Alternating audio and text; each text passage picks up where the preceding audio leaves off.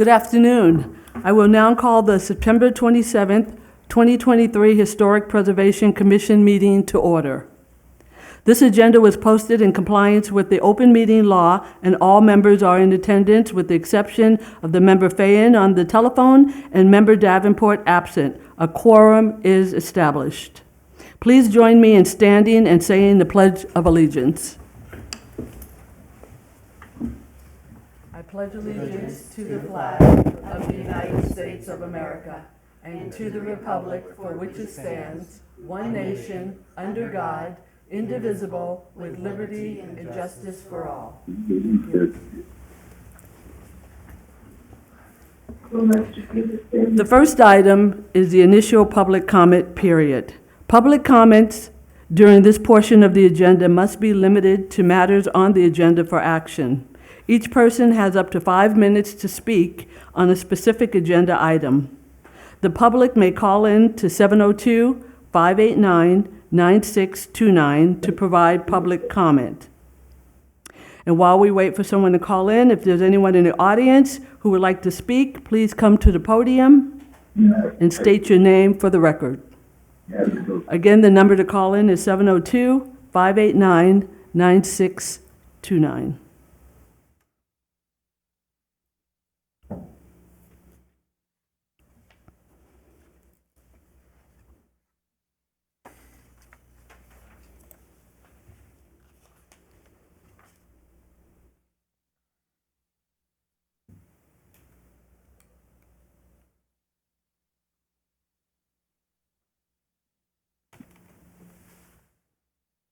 Seeing no one has come to the podium or has called in, we will close the first public comment period. Agenda item number 1, possible action, election of officers. Staff, can you provide an overview? Good afternoon, Commissioners. Michael Mays, Community Development Director. So each September, the Historic Preservation Commission selects a chair and a vice chair. The role of the chair is to run the meetings. The role of the vice chair is if the chair is absent, that person would run the meetings. And so how this process works, the 5 voting members of the commission are eligible for both positions and will vote on those 2 positions. We'll start with nominations for chair, and you will select people for nominations, and then you'll vote for those nominations. Obviously, if only one person is nominated for each of the positions, and then the nominations are closed, then that person is selected by acclamation. In your packet, you have a letter from Commissioner Davenport. She unfortunately could not attend this meeting, but has expressed interest in serving as either chair or vice chair, and so you can certainly nominate her in absentia. With that, do you have any questions? No, sounds good. Okay. Okay. No questions from the commission? Okay, thank you. Do we have any nominations for chairman? I'd like to nominate Blair. I know she submitted writing, but I would like to nominate her for chair. Okay. Okay. Blair Davenport has been nominated. Does anyone else have a second? Because probably nobody's watching. Okay. All right. I'm sorry? Blair Davenport has been nominated. Do we have a second? That's good with me. All in favor of Blair Davenport, say aye. Aye. Aye. Okay. Who actually was the second? So I can write that down. You can say me. Okay. You guys, please, if you talk into your mics, we can hear you. Okay, thank you. Thank you, it's really important. Motion is approved unanimously. Let's see.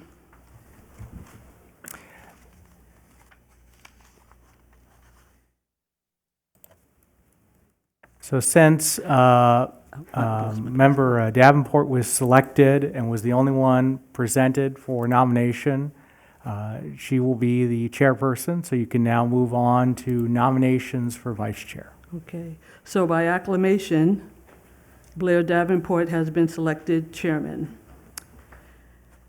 The second selection is for vice chairman. Do we have any nominations for vice chairman? I'll do it if nobody does it.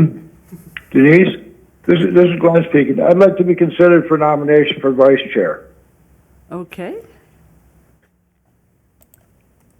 That's okay, he can. okay. Can you say your full name, please? Oh, yeah, my name is Glenn Fan. Okay, Glenn Fayen. Do I have any other nominations?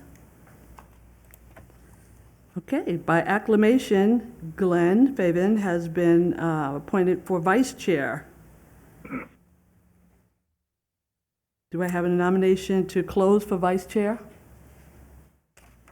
I'll nominate. I'll move to close nominations. Okay, second? Sure, I'll second it. All in favor, say aye. Aye. Motion is approved. Okay, very good. So, Commissioners, normally at this point, we would turn over the gavel to Member Fayen, but because he's not in person, we would ask that you would continue on leading the meeting. Okay, If, I could do that. yeah, all right, thank you. So the next agenda, item 2, for possible action, approval of the minutes of August 23rd, 2023 meeting. Do I have a motion for approval? I'll make a motion to accept the minutes as printed. Thank you. Do I have a second? I'll second. Thank you. All in favor, say aye. Aye. Aye. Motion is approved unanimously. The next agenda is item 3, for possible action, orientation for new commission members. Staff, your report? So first off, I want to thank each and every one of you for your commitment to serve the community in this capacity. As city staff, we have the highest regard for our volunteers. You all have busy lives and other responsibilities, and so we greatly appreciate when you commit to the time to serve the community in this role as a commissioner. So what I want to do is kind of go through an overview of your responsibilities and the role of the Historic Preservation Commission. And this is an opportunity for you to ask us questions.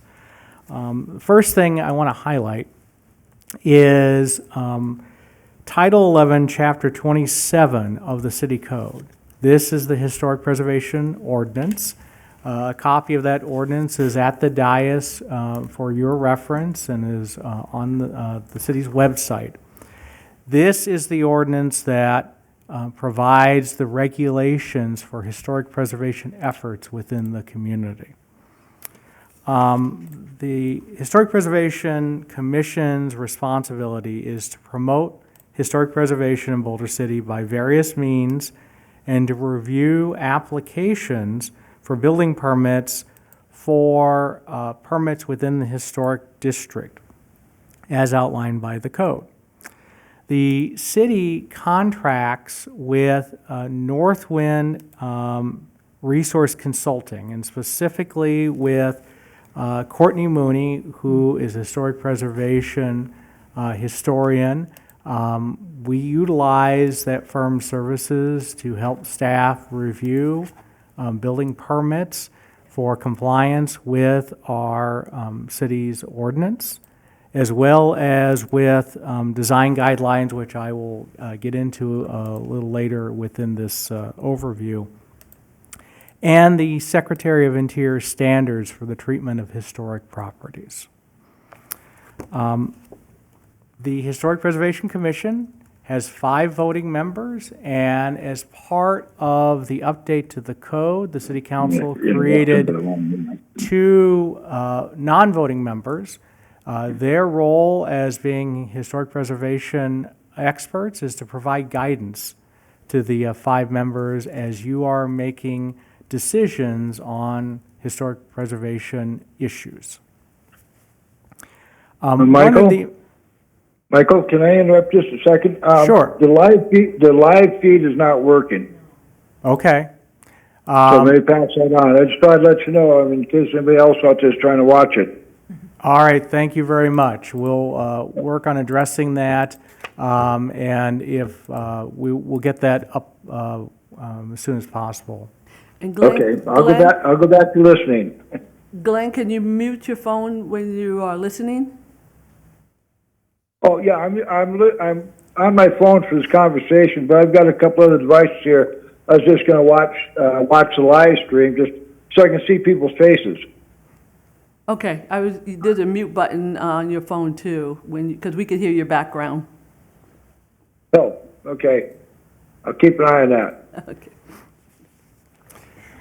So with respect to establishing quorum, in order for us to hold these monthly meetings, we must have a quorum of voting members. So that means that at least 3 of you have to attend the meetings either in person or on the phone in order for us to conduct the meeting.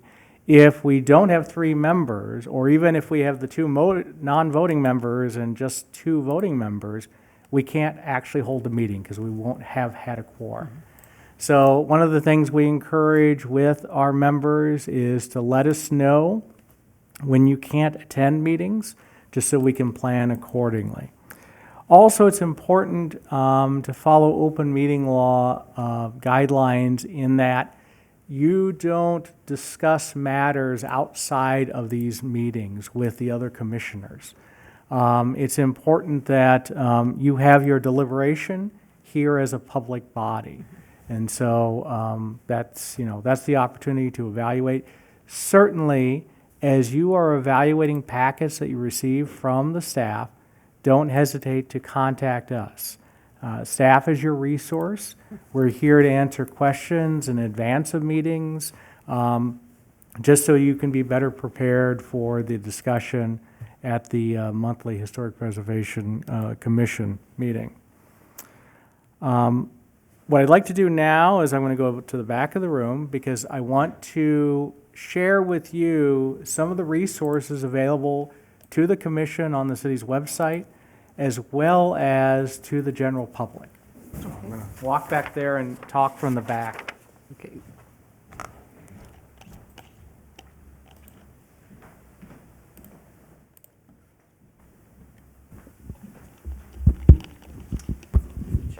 Thank you, Holly. So on the screen, you're going to see the city's website.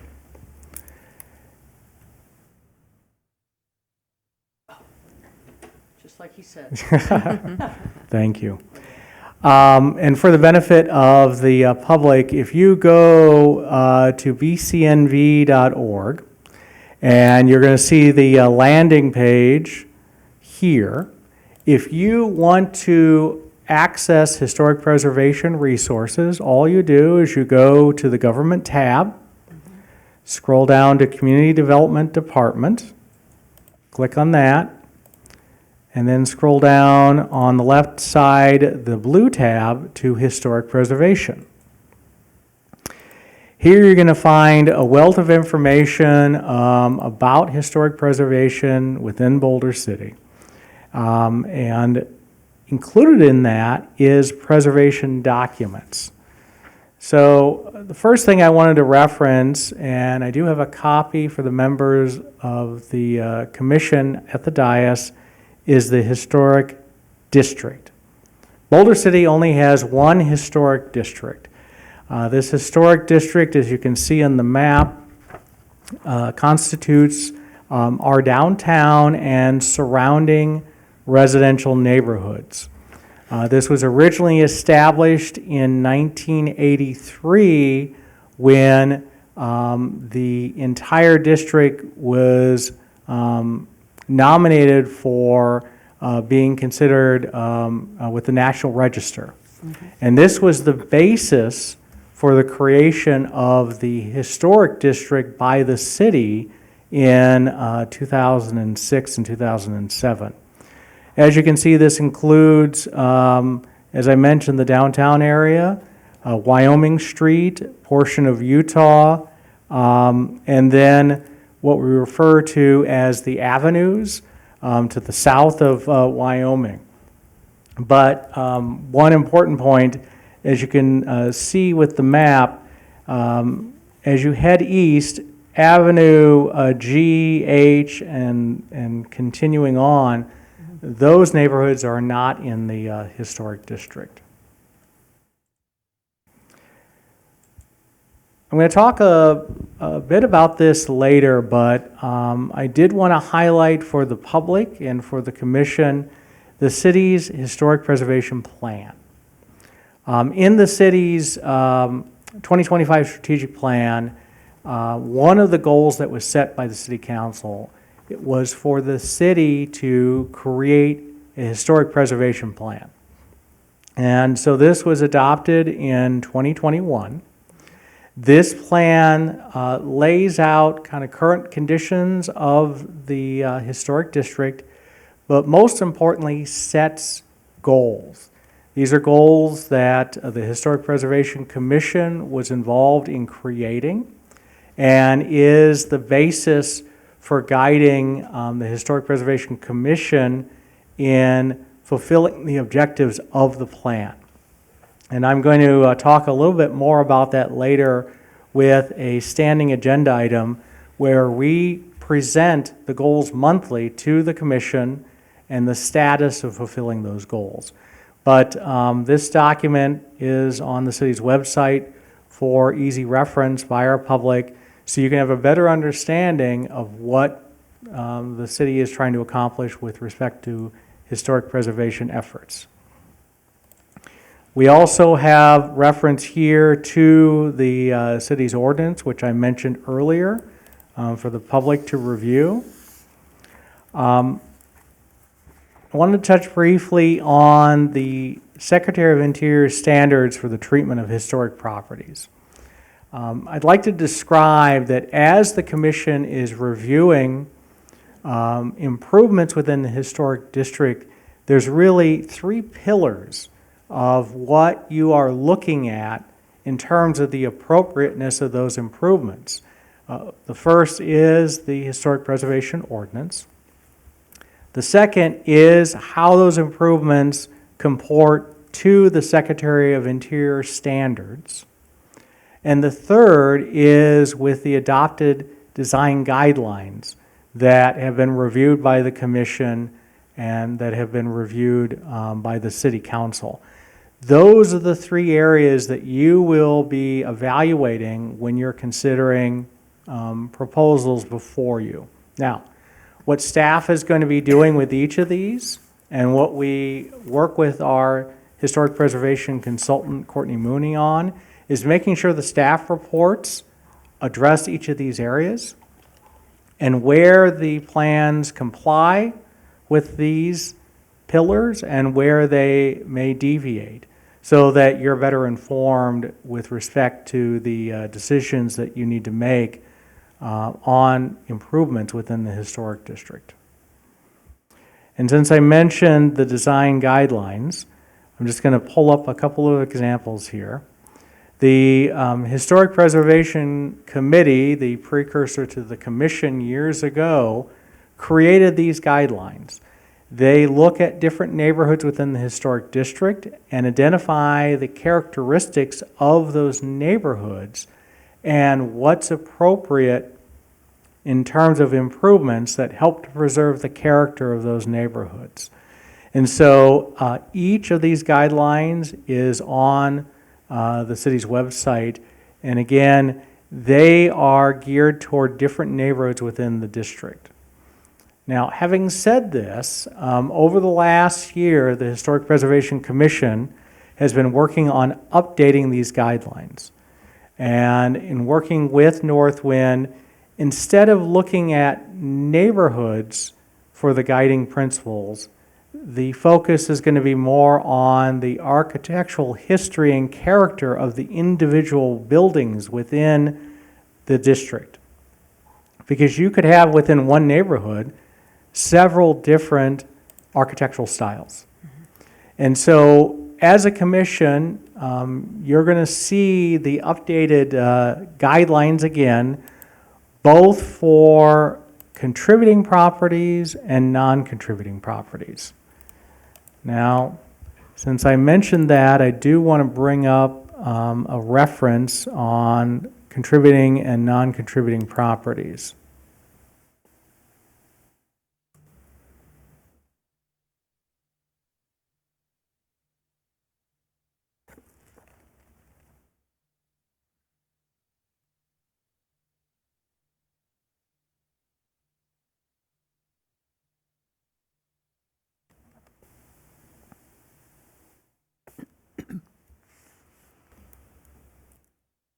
All right, I'm going to get back to that.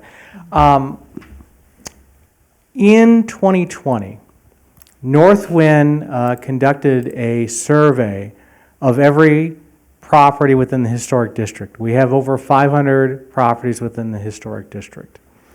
And one of the things they did with that survey is they made a determination of which properties are contributing to the historic district and which properties are not contributing to the historic district. So you can see with this map, and this is also on the city's website under Northwind Survey, it's color-coded. And it tells which of the properties are contributing and which are non-contributing. So what do I mean when I say a property is contributing? When this district was created, it was created to preserve the historical character of the buildings that were built between 1931 and 1945. This is the period of significance. And so, if buildings built during that time period have not seen major modifications to those structures, either additions, material and architectural changes over that time period, they are still considered contributing to the district because their character has been preserved. But if there have been modifications, significant modifications to those properties, then they're now considered non-contributing. And so this Northwind Survey update in 2020 evaluated each of those properties and made that determination based on modifications to those structures. Buildings that were built after 1945 within the district can never be contributing properties because they were built outside the period of significance. And so on this map and the corresponding surveys, they are considered non-contributing. Also, any new construction would be considered non-contributing because it wasn't built during the time period of significance. With respect to your review of modifications to structures within the historic district, that's going to be a factor in the review as to what property owners can and can't do with those buildings if they're contributing and non-contributing. It's also going to be a factor in the design guidelines. So when Northwind comes back to the commission, probably as early as next month, they're going to present non-contributing guidelines for your review, and they're looked at differently than contributing properties because, again, those properties can never contribute to the district because they've either been significantly modified or were built outside the period of significance.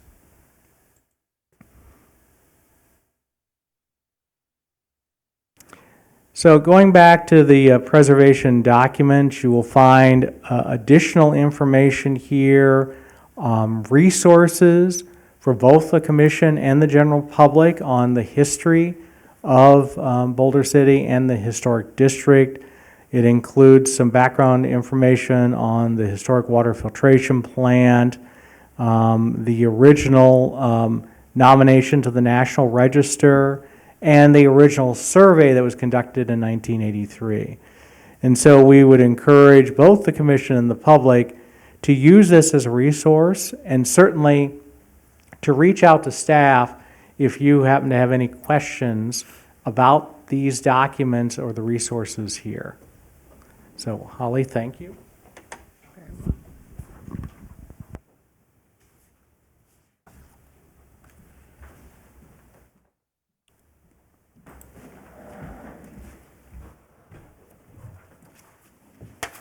I just wanted to take a couple of moments to talk about the typical material that you will be reviewing in your monthly packet.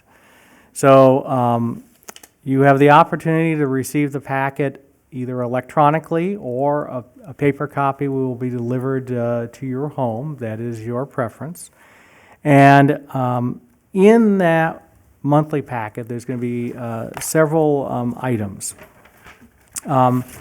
If there are proposed improvements to structures within the historic district that require a certificate of appropriateness, or what we refer to as a COA, that will be one of the items that would be within your packet. And so what that entails, and going back to the historic preservation ordinance, if somebody is proposing improvements to a contributing property, it requires review by the commission. Improvements in most circumstances to non-contributing properties is reviewed at a staff level. So you'll have the material and the background of the proposed improvements. You'll have Northwind's recommendations as to how those improvements comport to the ordinance, the Secretary of Interior standards, and the design guidelines. And then you'll vote on whether you concur with compliance with each of those areas. Another type of item that you will see within your packet on a monthly basis is grant applications. So the city has 2 grant applications that come before the Historic Preservation Commission. The first is the Residential Historic Preservation Grant. City Council a couple years ago created a new grant opportunity for the residential properties within the historic district that allows them to receive up to a reimbursable $10,000 grant for improvements to their homes that either help to maintain the contributing status of the property, or in the instance of a non-contributing property, if the improvements will bring it back to a contributing status, then they would be eligible for those grants. The commission would review the application and make a recommendation to the city council whether it complies with the guidelines that have been reviewed by the commission and adopted by the city council. And again, in those staff reports and the background material, you'll receive Northwind's review of the compliance with the guidelines or not. The second grant is what we refer to as the RDA Historic Grant, Historic Preservation Grant. So the RDA is, and I'll try to kind of summarize background information on the RDA. The RDA was created in 1999. It is an economic development tool that is offered to municipalities to encourage redevelopment in selected areas of the community. Those communities have determined areas that need redevelopment, and funds are available to help incentivize that redevelopment.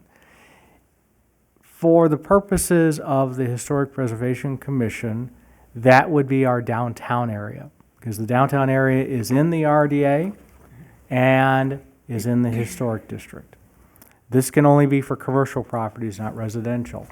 And so applicants can be eligible for up to $99,990 in reimbursable funds to make improvements to their properties. Again, it would need to be for contributing properties or properties that would go from non-contributing to contributing as a result of the improvements.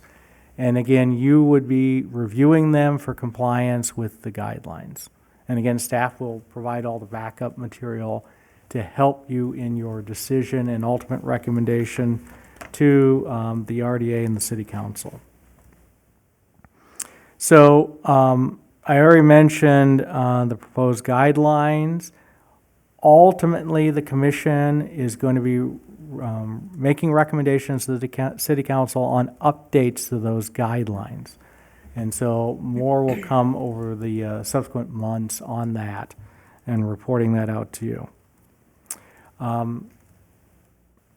We'll talk about it with the next agenda item, so I won't say much more, but again, you'll have a monthly opportunity to review the goals that have been set in the city's historic preservation plan and be able to see the progress we're making monthly.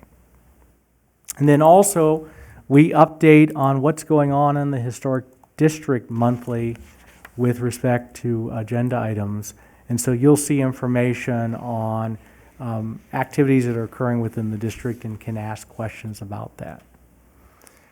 Another important role to the Historic Preservation Commission and responsibility is the promotion of historic preservation in the community.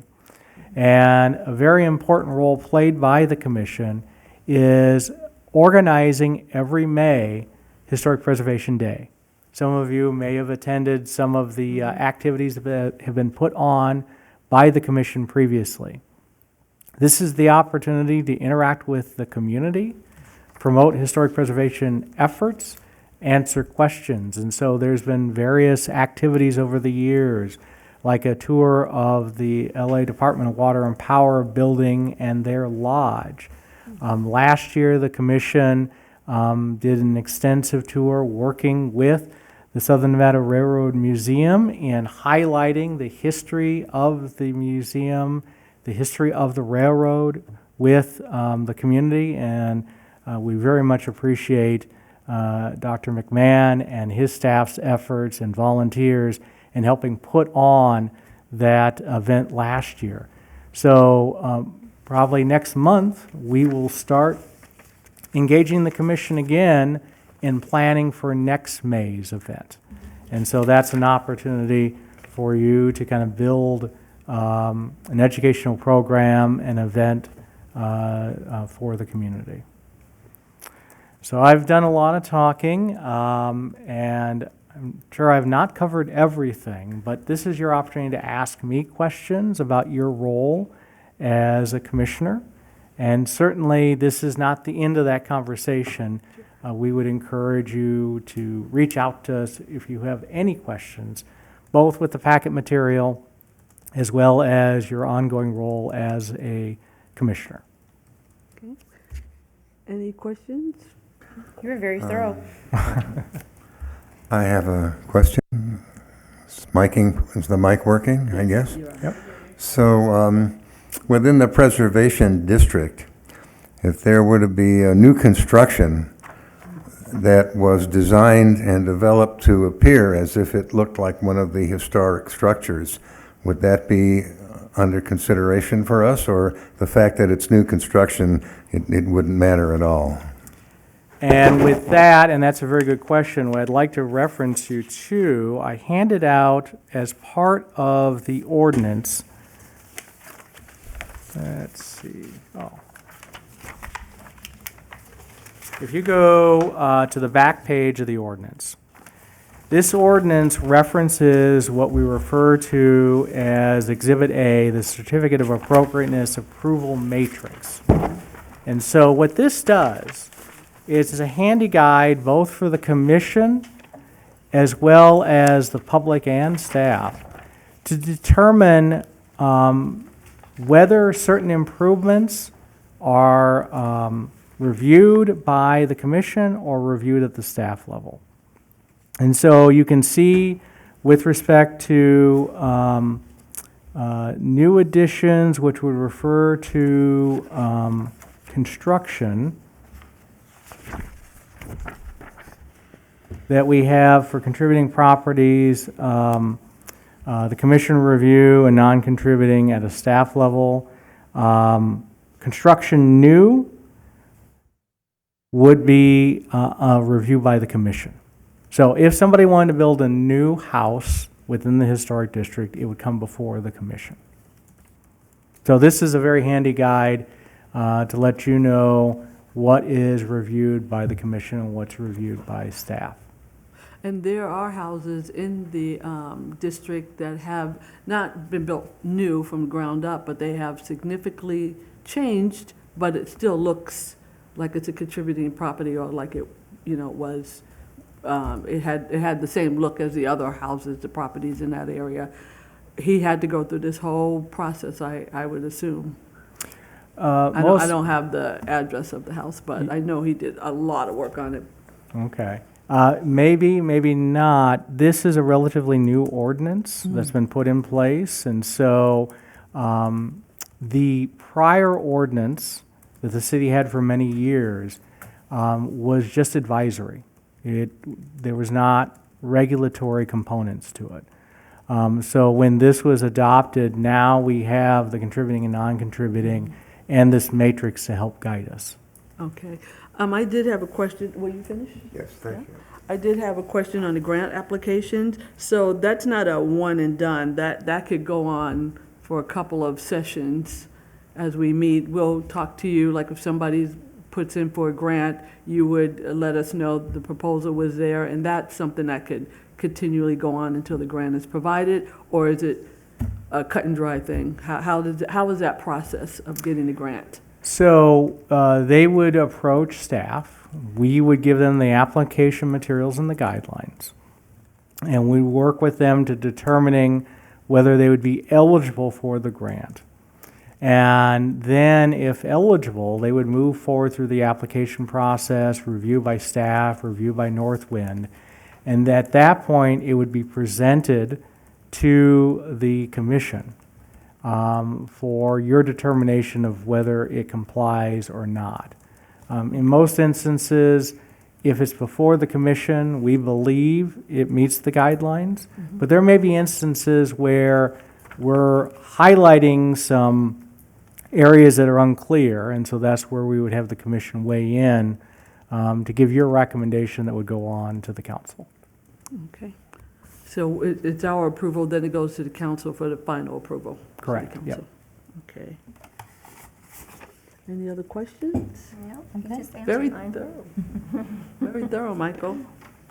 Well, again, certainly reach out to us if you have any questions. That's what we're here for. Okay. I did have one last question. I don't know if you mentioned it or not. You covered so much. But the Northwind, I think it's on your website as well. The last report they did was really thorough, and you did a podcast on it as well. You're referring to the economic development impacts of historic preservation. And actually, Courtney Mooney will be presenting to the commission on that report next month. Okay. It's really good. You did a good job. Okay. Okay, no more questions? We good to go? Madam Chair, can I make a quick comment? Yes, please. So I just want to put on the record that Courtney Mooney also serves on the board for the State Board of Museums and History, which oversees the Nevada State Railroad Museum, Boulder City, of which I'm the director. We do have an existing professional relationship, but I don't think that creates a conflict of interest. I do just want to put it on the record in the name of public transparency. Very good. Thank you. Okay, so the next agenda is item 4, update on the implementation of the commission's goals and priorities. Staff, your report? So you will find in your packet, and I alluded to this earlier, a matrix, and you're going to see this monthly. This matrix shows color coding of priorities of the goals that were set in the adopted historic preservation plan, which was also reviewed by the commission. And so we have the high priorities, medium priorities in green, and low priorities in blue, with a goal to implement these over a 5-year period. You'll see each of the goals in the matrix with the number reference, the description, timeline for when to complete these, and then updates. So what staff will be doing monthly is we'll be updating in bold where there have been items that address each of those goals. And so, just wanting to quickly reference the bold highlights for this month, and what I mentioned earlier with Goal 1.3, we're going to be coming back to the Commission next month for you to review the non-contributing guidelines. And then under Goal 4.1, this is the goal to encourage home repair and improvement to residential properties. And so here we'll provide updates on the residential historic preservation grants. And so far, staff and Northwind has had contact with 45 property owners within the district regarding the grants.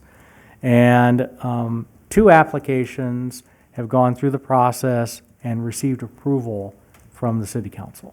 So this will be updated as that changes. Actually, goal 2.2, that's where we have our new non-voting members on the board, so that accomplishes that goal. With respect to 2.3, I'm pleased to report, and since this has been put together, we received word that we have been awarded a grant from the State Historic Preservation Office. So, the city is a CLG community, or certified local government. As a certified local government community, we are eligible for grants from the state. This is a competitive grant process that the city needs to compete with other certified local governments within the state of Nevada. One of the things that staff has noticed in our conversations with residents within the community, that they have a strong interest in preserving the windows in their homes.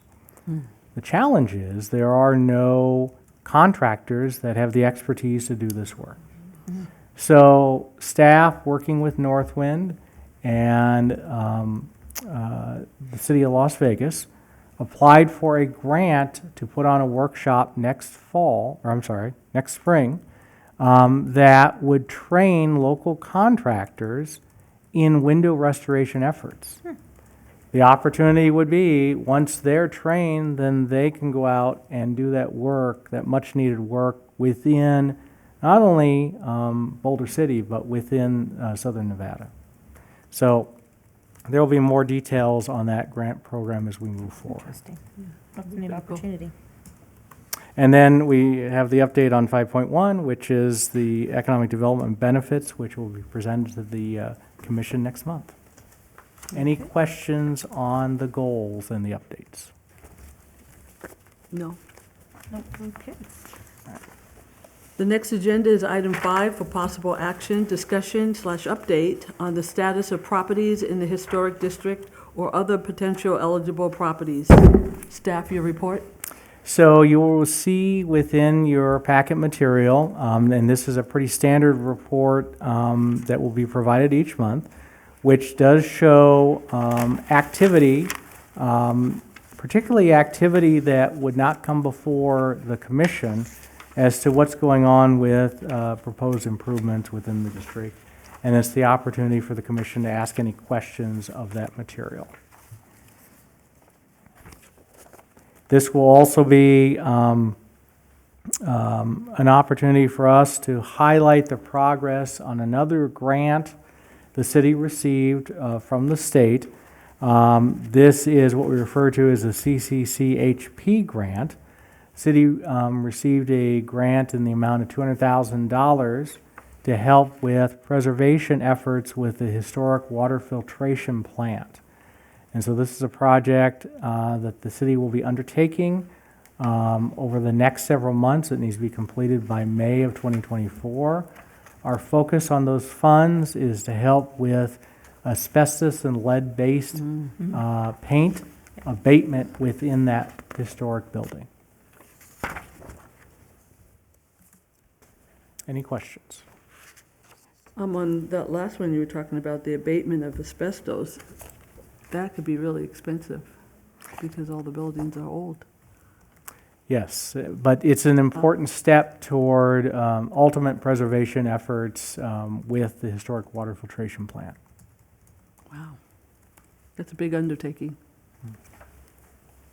Okay. Any questions for No. staff? Sir? Okay. We'll move on to agenda item number 6 for possible action. Commission discussion regarding potential agenda items for upcoming Historical Preservation Commission meetings.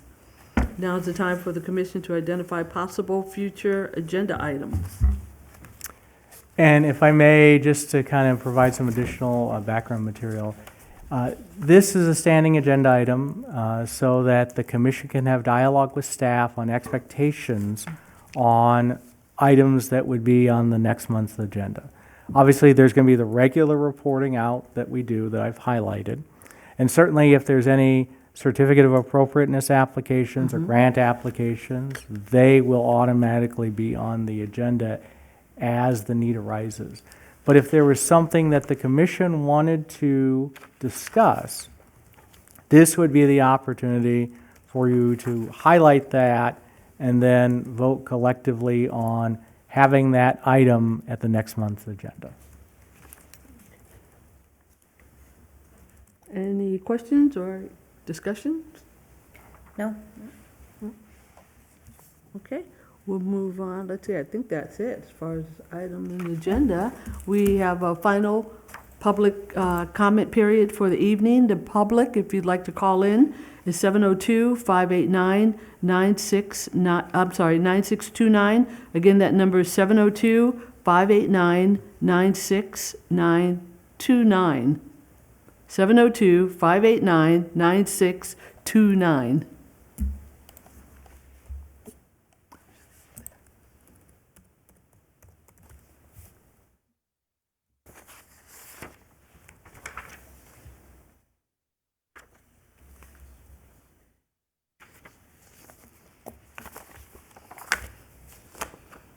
Doesn't seem like anyone's on the line. Any last questions or anything? Then this meeting is adjourned at 5:47. Thank you. You're welcome. Thanks for helping me out, Michael. You did great. See you all next month.